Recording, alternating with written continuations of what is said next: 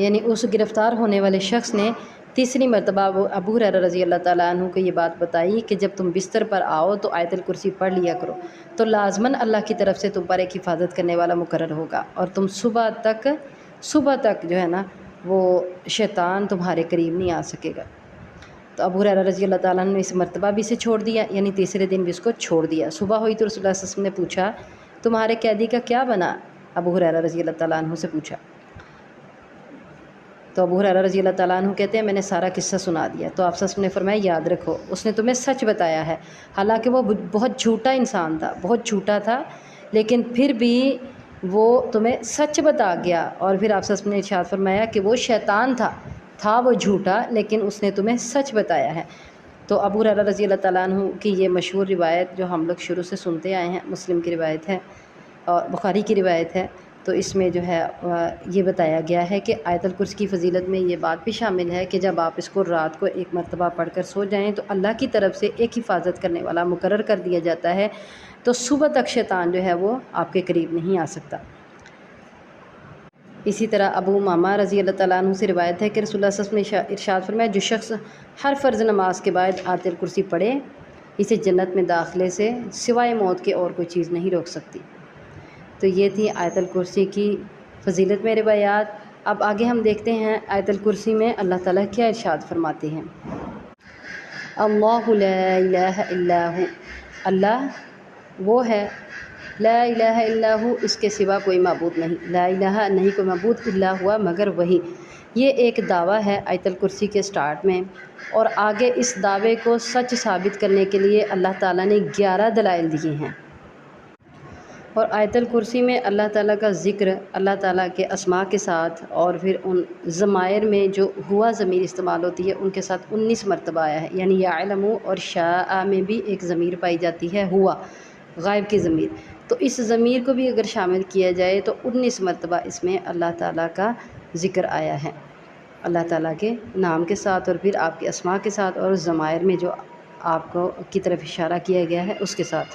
تو چلیں اب ہم بات کرتے ہیں پہلا دعویٰ کون سا ہے؟ اللہ لا الہ الا ہو، کہ اللہ ہی معبود ہے، اس کے علاوہ اور کوئی معبود نہیں۔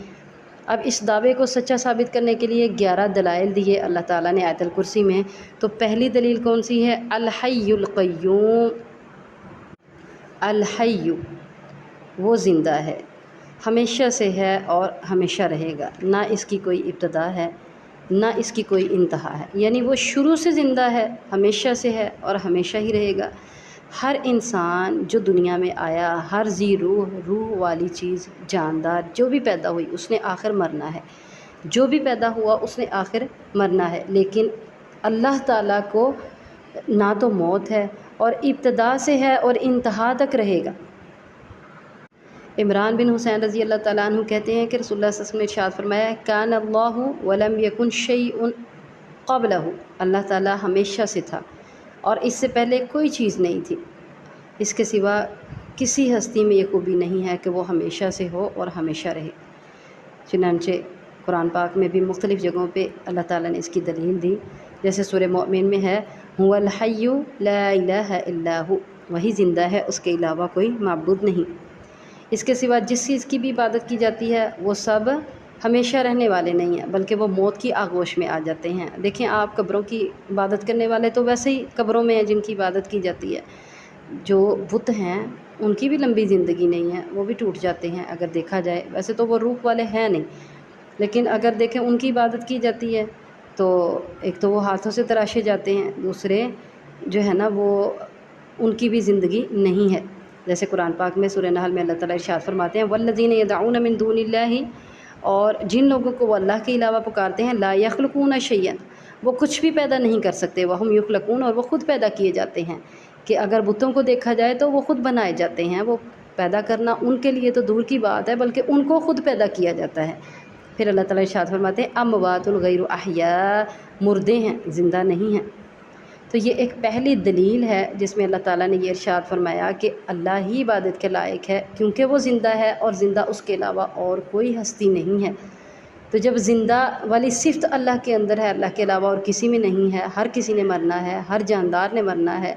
یا پھر ہر کسی کو اللہ تعالیٰ نے بنایا ہے، یا پھر کسی انسان نے جیسے بتوں کو بنا لیا، تراش لیا، جس کی عبادت کی جاتی ہے، تو یہ سب معبود نہیں ہو سکتے۔ معبود وہی ہے جس نے سب کو پیدا کیا ہے، اور وہ ہمیشہ سے تھا اور ہمیشہ رہے گا۔